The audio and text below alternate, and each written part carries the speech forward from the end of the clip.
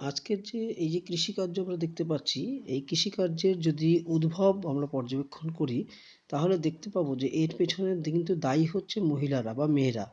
কারণ আদিম প্রথা যখন মানুষ সংগ্রাহক থেকে মানুষ যখন উৎপাদকে পরিণত হয়, তখন মানুষ কি করে প্রথমে ছেলেরা তারা পশু শিকার করার জন্য বাইরে যেত এবং বাড়িতে মহিলারা থাকতো বা শিশুরা থাকতো। তো এবং যে সমস্ত পশু শিকার করতে গিয়ে যে ছোটো ছোটো বাচ্চা ধরা পড়তো, সেগুলোকেও তারা বাড়িতে রেখে যেত। তো মহিলারা কী করতো, সেই বাচ্চা পশুদের খাবার দেওয়ার জন্যে তারা ওই ঘাস কেটে আনতো এবং ঘাস কেটে এনে যখন তাদের খেতে দিত, দেখতো যে ঘাসের দানা সেখানে পড়ে আছে এবং সেই ঘাসের দানা থেকে আবার নতুন করে দেখে যে নতুন চারাগাছের উদ্ভব হয়। তো এইভাবে কিন্তু প্রথম আমরা যদি লক্ষ্য করি যে মহিলারাই কিন্তু প্রথম এই কৃষিকার্যের যে সূচনা তারাই করে। কারণ পশুরা আমরা যদি দেখি যে বাড়ির পুরুষেরা দেখতে পাচ্ছি আমরা ছবিতে যে তারা পশু শিকার করে নিয়ে আসছে এবং মহিলারা তারা কিন্তু কৃষিকার্য এই যে পণ্য যে পদ্ধতি সেগুলো তারা তৈরি করেছে। তাহলে আধুনিক যে কৃষিকার্য, প্রাচীন যে কৃষিকার্যের উদ্ভব, এই উদ্ভবের পেছনে কিন্তু মেয়েদের অবদান সবচেয়ে থেকে বেশি। তাই আধুনিক কৃষি যেভাবে সৃষ্টি হয়েছে, সেই কৃষিতে আমরা দেখতে পাচ্ছি যে প্রাচীনকালে মহিলারাই কিন্তু এই কৃষিকার্য আবিষ্কার করেন এবং মহিলাদের হাত ধরেই কিন্তু এই কৃষিকার্যের উদ্ভব হয়েছে। এটাই কৃষিকার্যের উদ্ভবের শব্দটির উৎপত্তি ল্যাটিন শব্দ এগার। ইংরেজি ল্যাটিন শব্দ মানে যে ওই ল্যাটিন শব্দ থেকে এগার থেকে এসছে, যার অর্থ হচ্ছে ভূমি বা ক্ষেত্র। এবং যদি আমরা দেখি কালচার, এই কালচার এই যার অর্থ হচ্ছে কর্ষণ। তাহলে এখন কৃষির যদি আমরা প্রকৃত ব্যুৎপত্তিগত অর্থ লক্ষ্য করি, তাহলে কৃষির ব্যুৎপত্তিগত অর্থ হচ্ছে ভূমি কর্ষণ করা। এটি হচ্ছে কৃষির আসল সংজ্ঞা। তাহলে আমরা দেখতে পাচ্ছি যে এগ্রিকালচার শব্দটির প্রাচীন যে অর্থ, সেটার অর্থ হচ্ছে ভূমি কর্ষণ করা, অর্থাৎ মাটি আমরা দেখতে পাচ্ছি যে মাটি খুঁড়ে বা লাঙল চষে যে ফসল ফলানো, এটাই হচ্ছে এগ্রিকালচার বা কৃষিকার্য। তা সাধারণত জমি থেকে ফসল উৎপাদন করার প্রক্রিয়াকেই কৃষিকার্য বলা হয়। কিন্তু অর্থনীতিবিদ অধ্যাপক ইডব্লিউডি জিমারম্যান, আমরা জিমারম্যানের নাম শুনেছি এর আগে, সম্পদশাস্ত্রের জনক বলা হয় তাকে। তিনি 1951 সালে এই কৃষির কার্যের একটা আধুনিক সংজ্ঞা তিনি কিন্তু আমাদের সামনে নিয়ে আসেন এবং যে সংজ্ঞা থেকে তিনি কৃষিকার্যের যে ধারণা সেটার আমূল পরিবর্তন তিনি ঘটান। সর্বজন গ্রাহ্য ও বহুল প্রচলিত তার যে সংজ্ঞা, সেই সংজ্ঞা অনুযায়ী তিনি যে কথাটি বলেছেন, তিনি বলেছেন যে যে উদ্ভিদ এবং প্রাণীর এই যে উদ্ভিদ ও প্রাণী তার যে উদ্ভিদ ও প্রাণীর যে স্বাভাবিক জন্ম এবং তারা যে বৃদ্ধি পায়, এই স্বাভাবিক জন্ম ও বৃদ্ধি এই দুটো প্রক্রিয়াকে যদি ব্যবহার করা যায়, তাহলে তিনি বলছেন যে এই দুটো প্রক্রিয়াকে ব্যবহার করে মানুষের যে চাহিদা, সেই চাহিদা পূরণ করার জন্য যে কাজ করা হয় তাকে বলা হচ্ছে এগ্রিকালচার বা কৃষিকার্য। তাহলে আরেকবার বলি সংজ্ঞাটা অন্যভাবে। জমিতে স্থায়ীভাবে বসবাসকারী মানুষ যখন উদ্ভিদ ও প্রাণী জীবনের স্বাভাবিক জন্ম ও বৃদ্ধি প্রক্রিয়ার ব্যবহার ও উন্নয়নকে প্রসার ঘটিয়ে নিজের প্রয়োজনের পূরণ করার জন্যে যে উদ্ভিজ্জ প্রাণীজ দ্রব্য উৎপাদন করে, তাকেই আমরা বলছি কৃষিকার্য। তাহলে কৃষিকার্য বলতে শুধুমাত্র কিন্তু ফসল ফলানো নয়, কৃষিকার্যের সঙ্গে আমরা যদি দেখতে পাই যে পশুপালন, এটাও কিন্তু কৃষিকার্যের অন্তর্গত জিমারম্যানের মতে। আমরা দেখতে পাচ্ছি যে পশুপালন প্রক্রিয়া এবং কৃষিকার্য অর্থাৎ ফসল ফলানো, এই দুটো প্রক্রিয়াকেই কিন্তু একত্রে আমরা এবং জিমারম্যানের মতে আমরা কৃষিকার্যের বলতে পারি। এছাড়া পোলট্রি ফার্ম বা মাছ চাষ, এগুলোকেও কিন্তু আধুনিক কৃষির সংজ্ঞায় আমরা ফেলতে পারি। পৃথিবীর বিভিন্ন অঞ্চলে প্রাকৃতিক অবস্থা বিভিন্ন রকমের এবং আর্থসামাজিক অবস্থাও বিভিন্ন রকমের। পরিবেশের উপাদান, মানুষের চাহিদার মৌলিক পার্থক্য এও বিভিন্ন রকমের হয়ে থাকে। ফলে কৃষিজ ফসলের প্রকৃতি, উৎপাদন পদ্ধতি প্রভৃতির মধ্যেও প্রভেদ রয়েছে। তাই কৃষির এইরূপ মূল ভিত্তিকে লক্ষ্য করে ভূগোলবিদ ডারওয়েট হুইটলেসি 1936 সালে তিনি কৃষির শ্রেণীবিভাগের উল্লেখ করেছেন এবং তার এই উল্লেখিত যে তথ্য বা কৃষির যে প্রণালী, সেই প্রণালী অনুসারে তিনি বিভিন্ন রকম কৃষি প্রণালীর যে ভাগ সেগুলো আমাদের সামনে তুলে ধরেছেন। ভাগগুলি হলো কৃষির বিভিন্ন শ্রেণীবিভাগের ভিত্তিগুলো যদি আমরা লক্ষ্য করি, তাহলে দেখতে পাচ্ছি যে প্রথমে হচ্ছে জমির ব্যবহার। জমির ব্যবহার অনুসারে আমরা কৃষিকে দুরকমভাবে ভাগ করতে পারি। এক হচ্ছে স্থানান্তর আদিম কৃষি এবং দুই হচ্ছে স্থায়ী আদিম কৃষি। 2 নম্বর হচ্ছে জমির লভ্যতা ও জনসংখ্যা, অর্থাৎ জনসংখ্যা এবং জমির প্রাপ্যতার উপর যদি ভাগ করি তাহলে আমরা কৃষিকার্যকে মোটামুটি দুভাগে ভাগ করতে পারি। এক হচ্ছে ব্যাপক কৃষি, দুই হচ্ছে প্রগাঢ় কৃষি। 3 নম্বর হচ্ছে উৎপাদনের মাত্রা ও বাজার, অর্থাৎ কেমন উৎপাদন হয় এবং বাজার কেমন হয় তার উপর ভিত্তি করে যদি আমরা ভাগ করি তাহলে আমরা ভাগ করতে পারি এটাকে 5 ভাগে। জীবিকা সত্তাভিত্তিক কৃষি, বাণিজ্যিক কৃষি, বাগিচা কৃষি, উদ্যান কৃষি এবং মিশ্র কৃষি। জলবায়ুর উপর ভিত্তি করে যদি আমরা ভাগ করি তাহলে দুই রকমভাবে আমরা মৌসুমী কৃষি এবং ভূমধ্যসাগর কৃষি হিসেবে আলোচনা করতে পারি। এরপর আসে আর্দ্রতা। আর্দ্রতা অনুসারে যদি আমরা বলি তাহলে আমরা দেখতে পাবো আর্দ্রতা অনুসারে আমরা দেখতে পাবো 1 নম্বর হচ্ছে আর্দ্র কৃষি, 2 নম্বর শুষ্ক কৃষি এবং 3 নম্বর সেচন কৃষি। 6 নম্বর আমরা যদি মূল ভিত্তির উপর ভিত্তি করে যদি ভাগ করি ঋতু বৈচিত্র্য, তাহলে আমরা খারিফ চাষ এবং রবি চাষ, এর সঙ্গে আর একটা আমি বলে রাখবো জাইদ চাষ বা জাইদ শস্য। চাষের সংখ্যা অনুসারে যদি বলি তাহলে এক ফসলি অর্থাৎ একটা ফসল হতে পারে, দ্বিফসলি অর্থাৎ দুটো ফসল হতে পারে, বহু ফসলি এবং শস্যাবর্তন বলে একটি কৃষি আছে, সেটা আমরা জানব।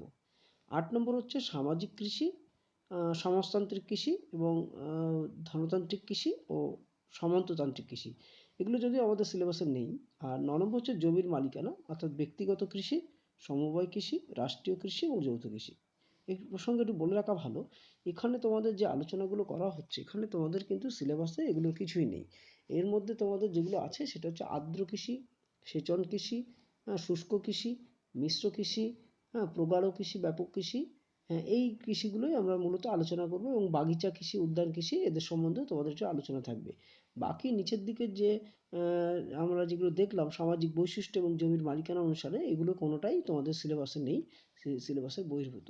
তো এগুলো আলোচনা এখন আমরা আলোচনা করব পৃথিবীর একদম আদিম অবস্থা থেকে যে সমস্ত কৃষি ব্যবস্থা সবে উত্তরণ ঘটিয়েছে সেই সমস্ত কৃষি ব্যবস্থা নিয়ে আলোচনা করব।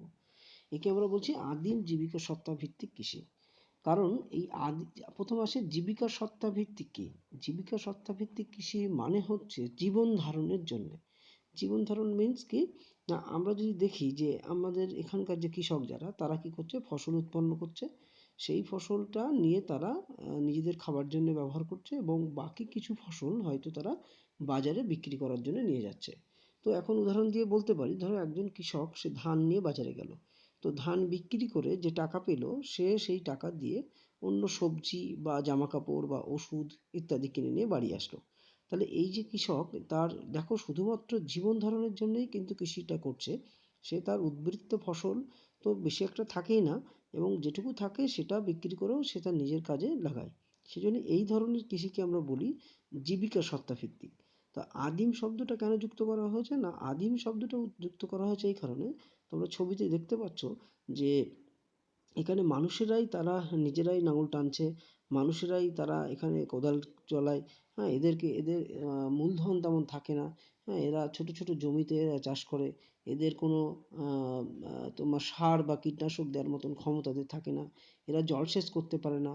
এই যে বিভিন্ন মানে অর্থাৎ ছোট ছোট জমিতে এরা চাষ করে এবং উৎপন্ন যে ফসল, সেই ফসলগুলো এরা কি করে, এরা নিজেরা খায় এবং বাকি ফসল কিন্তু তারা পরের বছরে বীজের জন্য তারা রেখে দেয়। এবং জমিতে অতি নিবিড়ভাবে মানে খুব নিজেদের যন্ত্রপাতি হস্তচালিত এবং মাথাপিছু ইনকাম তাদের অনেক কম এবং তারা বিভিন্ন সেই কোদাল, হ্যাঁ, তারপরে নিড়ানি, কাস্তে ইত্যাদি এইসব দিয়ে তারা কিন্তু এই চাষ করে থাকে। এখন এই চাষ আবার এই আদিম স্থায়ী যে এটাকে আমরা আবার দুভাগে ভাগ করতে পারি। একটা হচ্ছে যে আদিম স্থায়ী জীবিকা সত্তাভিত্তিক কৃষি এবং 2 নম্বর হচ্ছে তোমার স্থানান্তর কৃষি। এই আদিম স্থায়ী কৃষির মধ্যে যেগুলো আমরা লক্ষ্য করতে পারি সেগুলি হচ্ছে যে আমরা আদিম কৃষির মধ্যে যদি যাই, এই ধরনের কৃষকদের এদের নিজস্ব বাড়ি থাকে, বসত বাড়ি থাকে এবং তারা সেই বসত বাড়ির আশেপাশেই তাদের যে কৃষি জমি সেই জমিতে তারা চাষবাস করে এবং আমি আগেই বলেছি যে এদের আর্থিক অবস্থা ভীষণ খারাপ।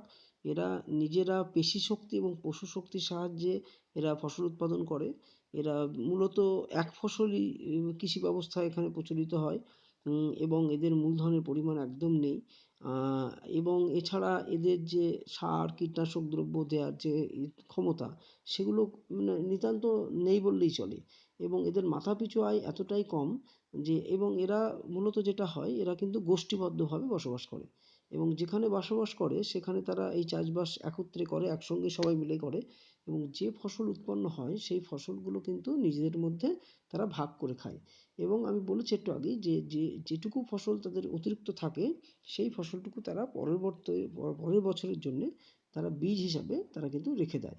তাহলে এই গেল হচ্ছে স্থায়ী, হ্যাঁ, আদিম জীবিকা সত্তা ভিত্তিক কৃষি। অর্থাৎ এরা কি করে, এরা কিন্তু এক জায়গায় স্থায়ীভাবে থাকে, এরা এক জায়গা থেকে অন্য জায়গায় কিন্তু স্থানান্তর হয় না। আচ্ছা, এবার যেটা আমরা দেখব যে তাহলে আদিম স্থায়ী ভিত্তিক কৃষি ছাড়া আরেকটা আমরা দেখতে পাই, সেটা হচ্ছে যে স্থানান্তর কৃষি। এটি কিন্তু মানে দেখা যাচ্ছে যে আগের চাইতে এইটার পার্থক্য হচ্ছে, আগেরটা যে স্থায়ী আদিম জীবিকা সত্তা ভিত্তিক কৃষি, এটা কিন্তু আদিম জীবিকা সত্তা ভিত্তিক কৃষি, কিন্তু এটা স্থানান্তর, অর্থাৎ এক জায়গা থেকে অন্য জায়গায় এরা স্থানান্তর ঘটায়। পাহাড়ি অঞ্চল কিংবা মালভূমি অঞ্চলে এই ব্যক্তি মালিকানাহীন অনির্দিষ্ট জমি যেগুলো পড়ে থাকে, ধরো পরিবেশের মধ্যে সব পড়ে আছে, এরকম ধরনের কিছু জমি, যেগুলো বন জঙ্গল আছে, সেই সব জায়গাতে তারা জঙ্গল পুড়িয়ে সাফ করে মূলত আদিবাসী ও উপজাতি গোষ্ঠীর লোকেরাই এই ভ্রাম্যমাণ বা পরিযায়ী এই কৃষি ব্যবস্থা গড়ে তুলেছে। তো এই কৃষি ব্যবস্থাকে আমরা বলছি স্থানান্তর কৃষি। যেগুলো আমরা বলে থাকি আমাদের ভারতবর্ষে, এই কৃষিকে আমরা বলে থাকি ঝুম চাষ। তোমরা এটা ছোটবেলায় শিখেছো, জেনেছো। ঝুম চাষ তোমরা দেখতে পাচ্ছ যে ছবির মধ্যে যে কিভাবে আগুন ধরে গেছে এবং জঙ্গল পুড়িয়ে কিভাবে এই চাষ করা হচ্ছে। তো ঝুম চাষের ক্ষেত্রে কিন্তু এই ঝুম চাষ কিন্তু অতি প্রাচীনকাল থেকে প্রচলিত। খ্রিস্টের জন্মের প্রায় 4000 বছর আগে থেকে কিন্তু এই কৃষিকার্য চলে আসছে। এই কৃষিকার্যের বৈশিষ্ট্য যদি বলি, তাহলে এক হচ্ছে যে এই কৃষিকার্যে আগুনের ব্যবহার দেখা যায়। 2 নম্বর হচ্ছে এই কৃষি ব্যবস্থায় 3-4 বছর অন্তর অন্তর জমি বদল করা হয়, কারণ এই জমির উর্বরতা অনেকটা নষ্ট হয়ে যায় এবং তার ফলে এখানে আর চাষ করা যায় না। কৃষি জোতগুলি আকৃতিতে অনেক ছোট ছোট হয়, এবং এখানে ব্যক্তি মালিকানার পরিবর্তে আমি আগেই বলেছি যে এখানে গোষ্ঠী মালিকানা এখানে কিন্তু বলবৎ হয়। এখানে যা কিছু তৈরি হয় বা উৎপন্ন হয় সব কিন্তু গোষ্ঠীর লোকেরা সবাই মিলেমিশে ভাগ করে খায়। আর এখানে কি হয়, আদিম যে প্রথায় যে সমস্ত যন্ত্রপাতি আছে সেগুলো এগুলো ব্যবহার করা হয়। আর এখানে মূলত উপজাতি শ্রেণীদের মধ্যেই কিন্তু এই কৃষিকার্য আমরা দেখতে পাই। এছাড়া এই কৃষিকার্যে যদি আমরা দেখি, তাহলে এখানে কোনো জলসেচের কোনো ব্যবহার দেখা যায় না, এবং জৈব ও রাসায়নিক কোনো সারই এইখানে ব্যবহার করা আমরা দেখতে পাই না। আর কৃষিক্ষেত্র থেকে এর যে কৃষি লোকালয় যেগুলো, সেগুলো অনেক দূরে থাকে, প্রত্যন্ত অঞ্চল হয় যেগুলো মালভূমি বা পাহাড়ি অঞ্চল, গহন অরণ্য, এই সমস্ত জায়গাতে কিন্তু এই কৃষি ব্যবস্থা গড়ে ওঠে। আর এই কৃষি ব্যবস্থায় ভারী ও আধুনিক যন্ত্রপাতির ব্যবহার একেবারেই নেই। আর এই কৃষি পদ্ধতিতে মানুষের শ্রম, অর্থাৎ এখানে পেশি শক্তি এবং পশু শক্তির ব্যবহার সব থেকে বেশি লক্ষ্য করা যায়। এখানে সাধারণত খাদ্যশস্য অর্থাৎ ধান, ভুট্টা, হ্যাঁ, বাজরা, এই ধরনের কিছু ফসল কিন্তু উৎপাদন করা হয়।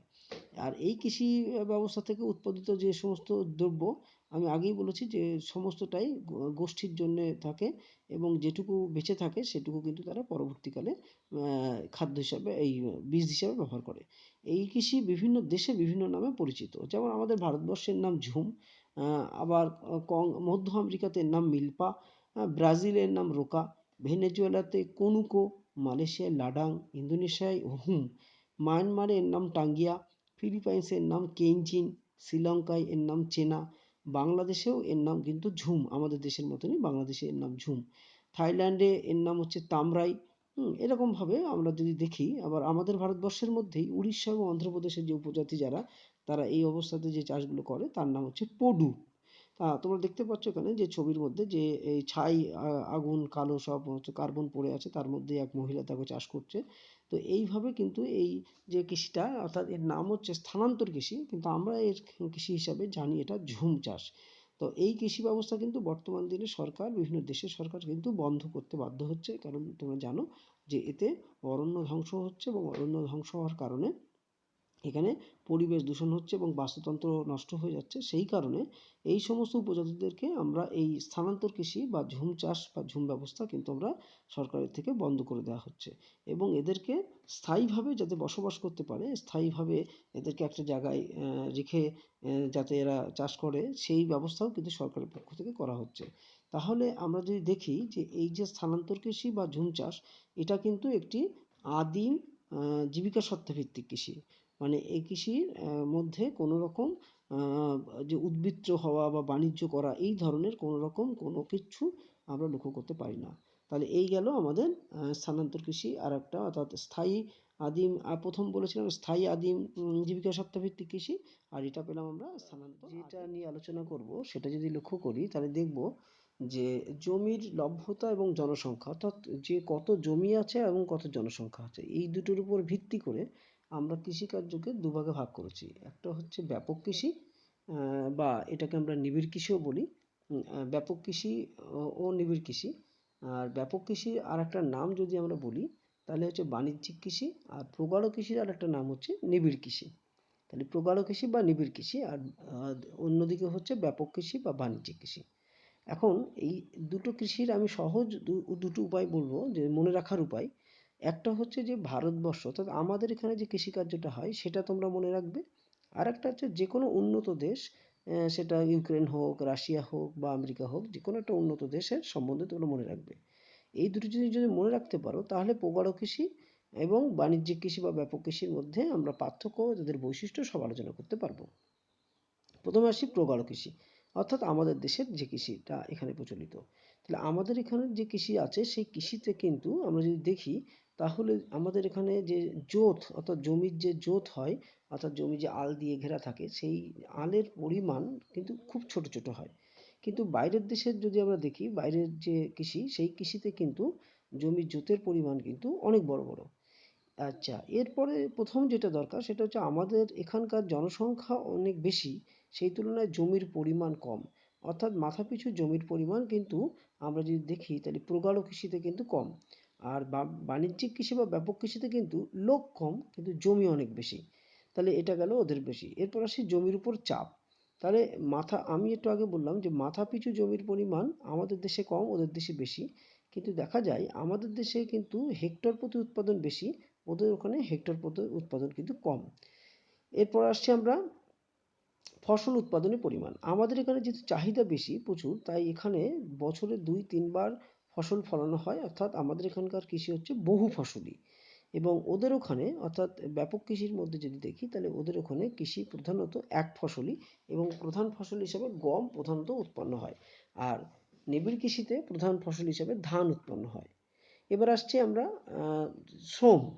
আমাদের এখানকার কৃষিতে যদি আমরা লক্ষ্য করি তাহলে দেখব যে এখানে শ্রম বেশি, অর্থাৎ দৈহিক শ্রমের প্রাধান্য বেশি। মানুষ কোদাল দিয়ে হচ্ছে নাঙল দিচ্ছে, পশু দিয়ে সে নাঙল দিচ্ছে ইত্যাদি। তাহলে অর্থাৎ পশু শক্তি এবং পেশি শক্তির ব্যবহার আমাদের দেশে বেশি, অর্থাৎ নিবিড় কৃষিতে। আর বাণিজ্যিক কৃষি তোমরা দেখতে পাচ্ছ যে এখানে হেলিকপ্টারের সাহায্যে দেখো চাষ করা হচ্ছে। তাহলে এইগুলো হচ্ছে বাণিজ্যিক কৃষি বা ব্যাপক কৃষি যে সমস্ত দেশে প্রচলিত সেই দেশে হয়। ওই দেশে, আমাদের দেশের মূলধন খুবই অল্প, অর্থাৎ আমাদের এখানে চাষিরা খুব গরিব হয়। ওদের ওখানে চাষিরা কিন্তু খুব বড়লোক। ওদের ওখানে হেলিকপ্টারে করে বীজ ছড়ানো হয়, ড্রোনে করে তোমার জমির দেখভাল করা হয়, এগুলো আমরা করে থাকি। আর জলবায়ু যদি বলি তাহলে নিবিড় কৃষি প্রধানত এশিয়ার মৌসুমী জলবায়ুযুক্ত অঞ্চলে হয়, আর ব্যাপক কৃষি হচ্ছে নাতিশীতোষ্ণ অঞ্চলে এটি লক্ষ্য করা যায়। এরপর যদি আমরা আসি যে জৈব সার যদি ব্যবহার করার কথা বলো, তাহলে সার আমাদের এখানে মূলত জৈব সার ব্যবহার করা হয়ে থাকে, অর্থাৎ নিবিড় কৃষিতে।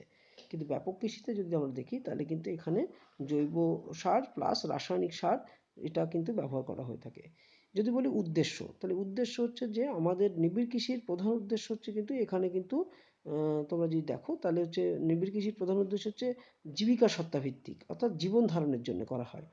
আর আমরা যদি ব্যাপক কৃষির দিকে লক্ষ্য করি তাহলে দেখব ব্যাপক কৃষিতে কিন্তু মূলত বাণিজ্যের জন্য কিন্তু এই কৃষি করা হয়ে থাকে। তোমরা দেখতে পাচ্ছ যে জমির জোত কাকে বলে।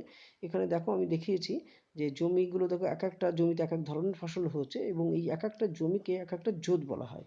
তো এই জোত কিন্তু নিবিড় কৃষিতে অনেক ছোট ছোট ক্ষুদ্র ক্ষুদ্র, কিন্তু ব্যাপক কৃষিতে কিন্তু জোতগুলি বড় বড় আকৃতির হয়ে থাকে। এবং তার ফলে যন্ত্রপাতি, বড় বড় যন্ত্রপাতি ব্যবহার করারও কিন্তু এতে সুবিধা হয়। এরপর আসছি কৃষি শ্রমিকের মজুরি। জনঘনত্ব বেশি থাকার জন্য নিবিড় কৃষিতে কিন্তু শ্রমিকের মজুরি খুবই কম। অর্থাৎ শ্রমিক, এখানে আমরা ভাগ চাষি বা তোমার প্রান্তিক চাষি এই শব্দগুলো আমরা দেখতে পাই। কিন্তু ব্যাপক কৃষিতে যেহেতু জনঘনত্ব খুবই অল্প, সেই জন্য এখানে কিন্তু কৃষি শ্রমিকদের মজুরি অনেক বেশি। তাহলে এগুলো হচ্ছে আমরা নিবিড় কৃষি এবং ব্যাপক কৃষির মধ্যে যদি পার্থক্য বলি তাহলে পার্থক্য বলতে পারো, অথবা যদি আমরা বলি বৈশিষ্ট্য তাহলে বৈশিষ্ট্য বলতে পারি। উদাহরণ হিসাবে কি বলা যেতে পারে, নিবিড় কৃষি মূলত বাংলাদেশ, ভারত, শ্রীলঙ্কা, মায়ানমার এই সমস্ত, যে সমস্ত উন্নয়নশীল বা অনুন্নত দেশগুলোতে এই নিবিড় কৃষি লক্ষ্য করা যায়। আর ব্যাপক কৃষি কিন্তু মূলত উন্নত দেশ যেগুলো সেইগুলোতে কিন্তু ব্যাপক কৃষি আমরা লক্ষ্য করতে পারি, যেমন রাশিয়া, ইউক্রেন, উত্তর আমেরিকা। হ্যাঁ, তাহলে এই জায়গাগুলো আমরা যদি লক্ষ্য করি তাহলে এইগুলো হচ্ছে নিবিড় কৃষি এবং ব্যাপক কৃষির মধ্যে যদি আমরা পার্থক্য বলতে পারি অথবা এদের বৈশিষ্ট্য আলোচনা করতে পারি, সবগুলোই আমরা এর মধ্যে চলে আসতে পারে। তাহলে এই গেল জমি এবং মানুষের সংখ্যা অর্থাৎ জনসংখ্যার উপর ভিত্তি করে আমরা কৃষিকে দুরকমভাবে ভাগ করেছি। একটা হচ্ছে নিবিড় কৃষি, এর অপর নাম হচ্ছে প্রগাঢ় কৃষি, এবং 2 নম্বর হচ্ছে ব্যাপক কৃষি বা বাণিজ্যিক কৃষি। এই প্রসঙ্গে একটুখানি বলে রাখি, নিবিড় কৃষিতে আমি একটু আগে বলেছি যে মাথাপিছু উৎপাদন বেশি হয়, হেক্টর প্রতি উৎপাদন বেশি কিন্তু মাথাপিছু উৎপাদন কম। আর ব্যাপক কৃষিতে কিন্তু মাথাপিছু উৎপাদন বেশি কিন্তু হেক্টর প্রতি উৎপাদন কম হয়ে থাকে। এর কারণ হচ্ছে যে নিবিড় কৃষিতে যেহেতু জমি অল্প, তাই সেই কৃষক তার জমি থেকে সব থেকে বেশি পরিমাণ ফসল তোলার চেষ্টা করে। কিন্তু ব্যাপক কৃষিতে যেহেতু জমি অনেক বেশি, সেই কারণে কিন্তু জমিতে যে শ্রমিক যারা কাজ করে তারা কিন্তু অত গুরুত্ব দেয় না, ফলে ওদের ওখানে হেক্টর প্রতি উৎপাদন কম কিন্তু মাথা পিছু উৎপাদন অনেক বেশি। মাথা পিছু উৎপাদনের একটা উদাহরণ দিয়ে বলি, যেমন ভারতবর্ষে মনে করো 1 বিঘা জমিতে 14 বস্তা ধান হয়, আর বাইরের দেশে 1 বিঘা জমিতে 12 বস্তা ধান হয়, তাহলে ভারতে বেশি ওখানে কম। কিন্তু দেখা যাবে ভারতে ওই 14 বস্তা ধানের পেছনে 7 জন লোক আছে, তাহলে এটা মাথা পিছু কত করে পাবে? 14কে 7 দিয়ে ভাগ করলে 2 বস্তা করে পাবে। আর বাইরের দেশে 10 বস্তা ধান হচ্ছে 1 বিঘাতে, কিন্তু দেখা গেলো লোক সংখ্যা কম অর্থাৎ 2 জন লোক আছে, তাহলে ওরা ভাগ করে যদি নেয় তাহলে 10 বস্তা ধান কিন্তু 5 দিয়ে 2 দিয়ে ভাগ করো, তাহলে 5 বস্তা করে পাবে।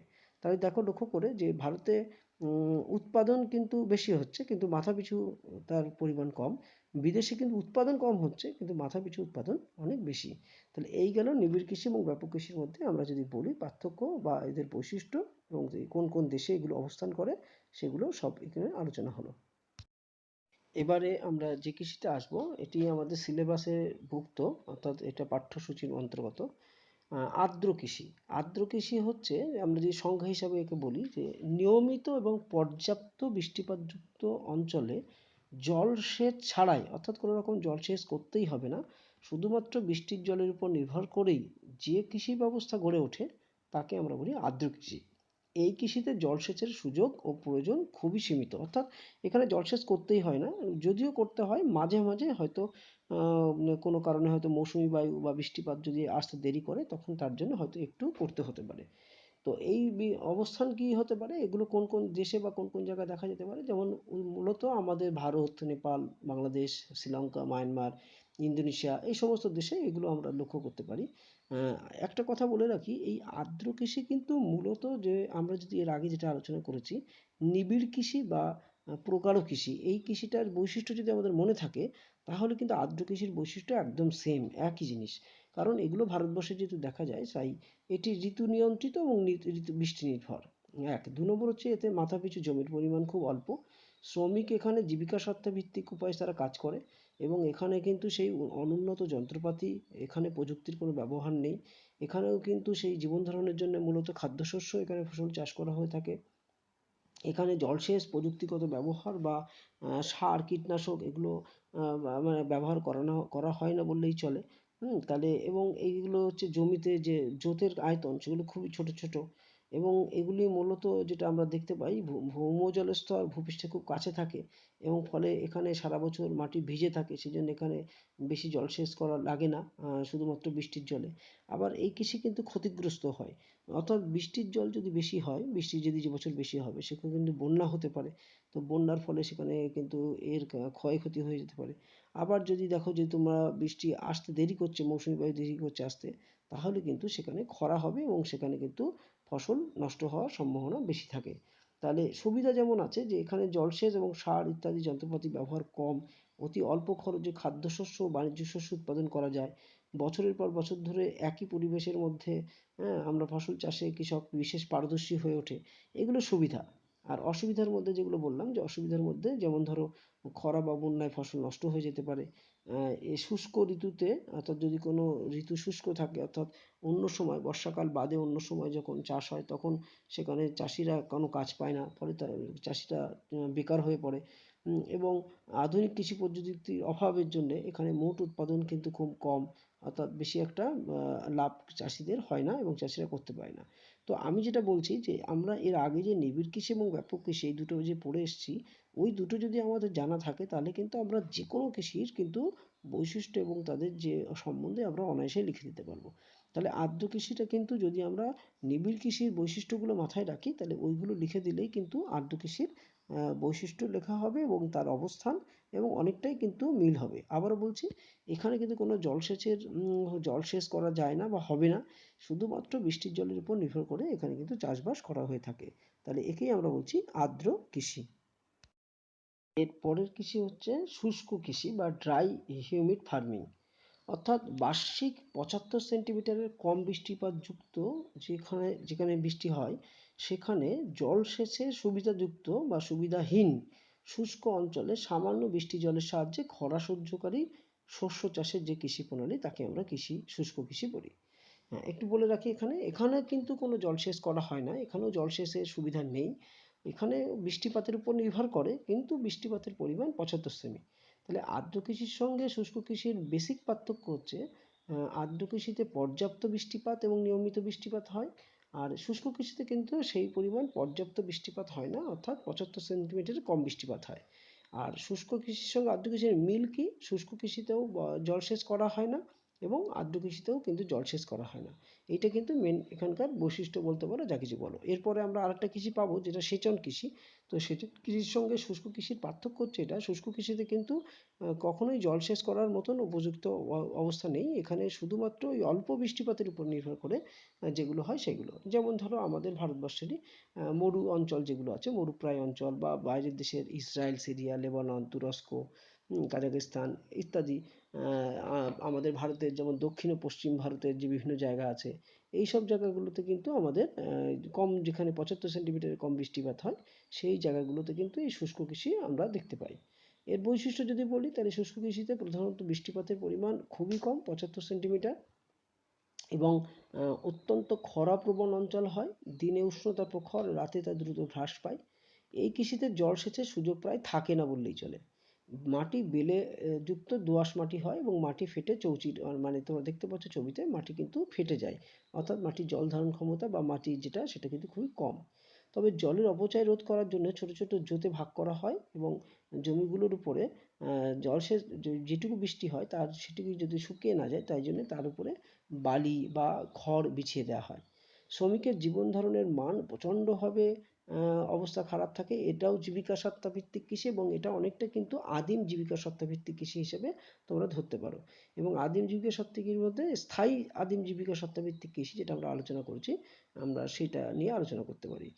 আর এছাড়া যেটা হয় সেটা হচ্ছে কৃষক জীবন ধারণের জন্য জীবিকা সত্তা ভিত্তিক কৃষি এই কাজটা এরা করে থাকে।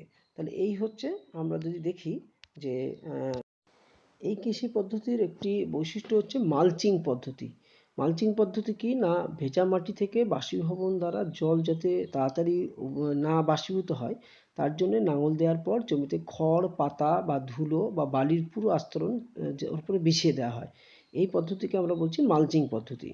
এই কৃষি পদ্ধতিতে যে শস্য বলতে যেটা আমরা দেখি সেটা হচ্ছে যে গম, ভুট্টা, মিলেট, ডাল, শন, পেস্তা, এইরকম ধরনের বা কিছু নিকৃষ্ট জিনিস দানা শস্য এখানে চাষ করা হয়। এই কৃষির সুবিধা কি না, এই কৃষির সুবিধা হচ্ছে যে এই কৃষিতে স্বল্প বৃষ্টিপাতের ভিত্তিতে মাটির আর্দ্রতা সংরক্ষণ করে কৃষিকার্য হয়, ফলে জলসেচ নির্ভরতা কম এবং কৃষিতে জমি কিন্তু মানে যে মৃত্তিকা ক্ষয়ের পরিমাণ কিন্তু কম। আর কৃষিকার্যের সঙ্গে পশুচারণ ও পশুপালনের মাধ্যমে পশুজাত বিভিন্ন দ্রব্য উৎপাদন করা হয়, বিকল্প জীবিকার ব্যবস্থা করা হয়, অর্থাৎ কৃষিকার্য ছাড়াও এখানে পশুপালন করা হয়। অসুবিধা কি, অসুবিধা হচ্ছে যে বৃষ্টিপাত ও আধুনিক কৃষি প্রযুক্তির একদম অভাব, ফলে উদ্বৃত্ত ফসল থাকেই না। ব্যাপকভাবে বাষ্পীভবনের জন্য আর্দ্রতা সংরক্ষণ করা খুবই ব্যয়বহুল এবং প্রায় খরাতে ফলন দুর্ভাবে ক্ষতিগ্রস্ত হয়। তাহলে এগুলো হচ্ছে এই কৃষির অসুবিধা বলতে পারি আমরা। এই হচ্ছে শুষ্ক কৃষির বৈশিষ্ট্য এবং তার অসুবিধা। আগে যে দুটো কৃষি আলোচনা করেছি, একটা হচ্ছে আর্দ্র কৃষি আর একটা হচ্ছে শুষ্ক কৃষি। তো আর্দ্র কৃষিতে আমরা বলেছিলাম যে জলসেচ করতে হয় না, শুধু বৃষ্টির জলের উপর নির্ভরশীল। আবার শুষ্ক কৃষিতেও বলেছিলাম যে বৃষ্টি 75 সেন্টিমিটার কম হয় কিন্তু সেখানেও জলসেচ করা হয় না। কিন্তু এমন কিছু কৃষিকার্য আছে যেগুলোতে আমরা প্রয়োজনীয় বৃষ্টিপাতের পরিমাণ যদি কম হয় অথবা বৃষ্টিপাত যদি খুব অবশিষ্ট হয়, তাহলে কেবলমাত্র জলসেচের উপর নির্ভর করে আমরা যে ফসল ফলাই তাকে আমরা সেচন কৃষি বলি। মূলত রবি শস্য অর্থাৎ শীতকালীন যে ফসল, শীতে যে আমাদের যেহেতু ভারতবর্ষ মৌসুমী বায়ু অধ্যুষিত অঞ্চলে, যেহেতু শীতকালে বৃষ্টি হয় না, সেই জন্য এই রবি শস্য চাষকে কিন্তু আমরা পরোক্ষভাবে বলতে পারি, পরোক্ষ কি এটাই হচ্ছে, রবি শস্যকেই আমরা বলতে পারি সেচন কৃষি।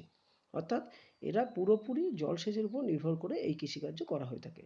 তাহলে এই কৃষির কিছু বৈশিষ্ট্য লক্ষ্য করতে পারি, যেমন এই কৃষিতে জলসেচ বাবদ অতিরিক্ত খরচ হওয়ায় এই কৃষির কিন্তু উৎপাদন ব্যয় অনেক বেশি।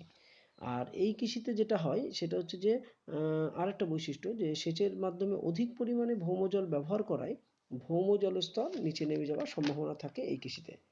আর কি হতে পারে, এই কৃষি হচ্ছে বছরের প্রতিটি ঋতুতেই আমরা জলসেচ দ্বারা এই কৃষিকার্য করা সম্ভব।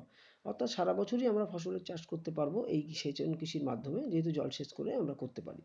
আর কি হতে পারে না, খরার যে প্রকোপ, সেই জলসেচ ব্যবস্থা থাকার জন্যে এই ফসল উৎপাদনের ক্ষেত্রে খরার কোনো সম্ভাবনা থাকে না এবং ফসল নষ্ট হওয়ারও কোনো সম্ভাবনা নেই। মৃত্তিকা ক্ষয়, এই কৃষিতে সারা বছর জমি আর্দ্র থাকায় জলসেচের মাধ্যমে যদি আমরা জলসেচ করি এবং জমি আর্দ্র থাকে, সেই জন্য মৃত্তিকা ক্ষয়ের পরিমাণ কিন্তু এই কৃষিতে সব থেকে বেশি, যেহেতু সবসময় আমরা বৃষ্টি মানে জলসেচ করে করে এগুলো করি। এছাড়া কি বন্যার প্রকোপ, মূলত শুষ্ক ঋতুতে এই ধরনের কৃষিকার্য করা হয় বলে এতে বন্যার প্রকোপ একেবারে নেই বললেই চলে। লবণের পরিমাণ যদি দেখি, তাহলে এই কৃষিতে ব্যাপকভাবে কিন্তু ভৌমজল, যেহেতু গ্রাউন্ড ওয়াটার আমরা স্যালো মেশিনের সাহায্যে উপরে তুলে নিয়ে আসি এবং জলসেচ করি, সেই জন্য কিন্তু জমিতে মৃত্তিকার লবণের পরিমাণ কিন্তু বেড়ে যায়, ফলে মাটি কিন্তু অচিরে আস্তে আস্তে উর্বরতা শক্তি হারিয়ে ফেলে। উদাহরণ হিসাবে যদি বলি, জলসেচের ফলে আমরা আউশ ধান এবং বোরো ধান, বিশেষ করে ভারতবর্ষে রবি শস্যের চাষ কিন্তু এই কৃষি পদ্ধতির সাহায্যে আমরা করে থাকতে পারি, অর্থাৎ সেচন কৃষির মাধ্যমে। সেচন কৃষিতে কিন্তু খরচ অন্য দুটো, যে আর্দ্র কৃষি এবং শুষ্ক কৃষি যেটা হয় তার থেকে কিন্তু অনেক বেশি খরচ হয় এই সেচন কৃষিতে, কারণ জলসেচ বাবদ প্রচুর পরিমাণে খরচ চাষিকে করতে হয়।